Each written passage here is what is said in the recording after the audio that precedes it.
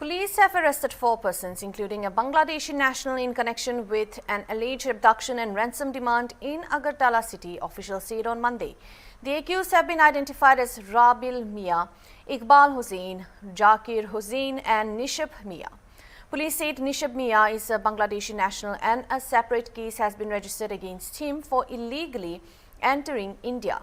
Additional public prosecutor Alak Datta said that the accused were produced before a court under various sections of the BNS related to abduction, criminal conspiracy and intimidation. Police sought a 3-day remand for further investigation. According to investigators, the incident took place on May 16 when a person was allegedly abducted from the Office Lane area of the city. The victim was later released, but the accused allegedly demanded ransom and threatened him during the captivity. Addressing a press conference at West Agartala police station, Sadar SDPO Deba Prasad Roy said a special investigation team headed by West Police Station officer in charge Rana Chatterjee was formed soon after the incident.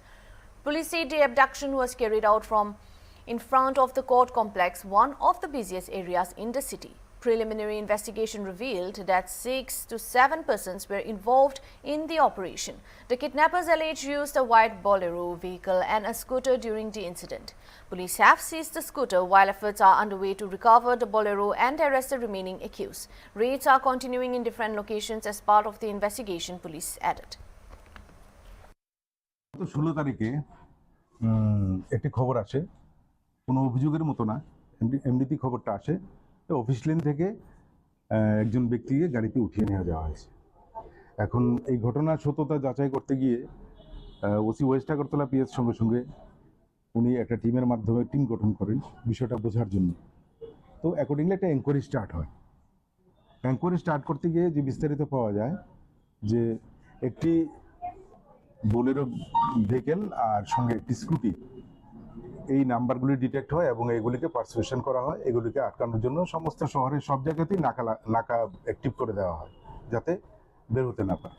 তো finally কি হলো, একটা জিনিস পরিষ্কার জানা গেল যে কয়েকজন ব্যক্তি, বা ব্যক্তি বলা ঠিক না, দুষ্কৃতিকারী বলা উচিত, তারা একজন ব্যক্তির সাথে জোরপূর্বক তার সাথে প্রথমে কথাবার্তা বলে তারপর ওকে জোর করে গাড়ির মধ্যে উঠিয়ে নিয়ে যায়।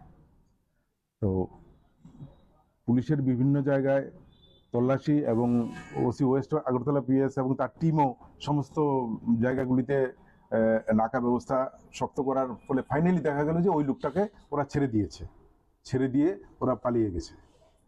ওদের সমস্ত তথ্য একসাথে তথ্য পাওয়ার ভিত্তিতে এতটুকু বোঝা যায় যে 3-4 জন থেকে হয়তো একটু বেশি হতে পারে, 5-6 জনও হতে পারে। তো তারা এই লোকটিকে জোরপূর্বক কিডন্যাপ করেছিল এবং ফাইনালি ওকে ছেড়েও দিয়েছে।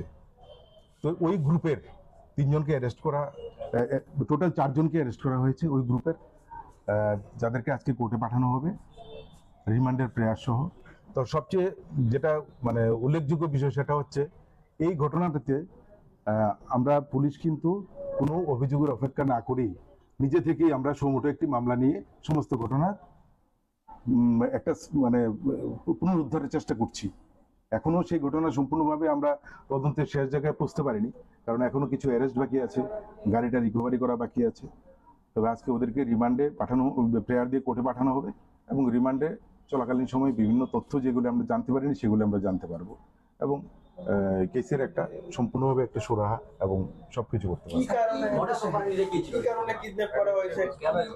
এটা এতটুকু বুঝতে পারি যে প্রাথমিকভাবে যে এখানে কোনো ফাইন্যান্সিয়াল কোনো ডিসপিউট ছিল। তাদের মধ্যে কি আগে কোনো এগুলি তদন্ত সাপেক্ষ ব্যাপার, এগুলি আমরা এখন বার করতে পারবো।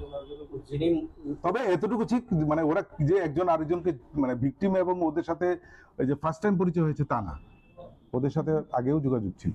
ভিকটিম এবং যারা আক্রমণ করে সবাইকে বিশাল করে বাড়ি, এটা সিপাহীজলা এলাকার লোকও আছে, সিপাহীজলা ডিস্ট্রিক্টের লোক বলবো আমি, কোন পার্টিকুলার কোনো জায়গা বলবো না, এই আর কি।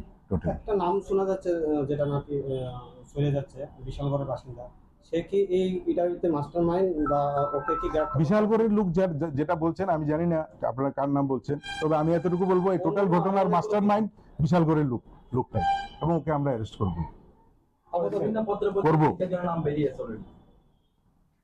এটা সবাই সবার মতো করে তদন্ত করে তো আমরা আমাদের তো কি লেনদেন বা কোনো কিছু অন্য কিছু কিছু ফাইন্যান্সিয়াল ডিসপুট তো মানেই এটা আর্থিক ফাইন্যান্সিয়াল ডিসপুটটা কি নিয়ে ফাইন্যান্সিয়াল ডিসপুটটা কি নিয়ে নেওয়া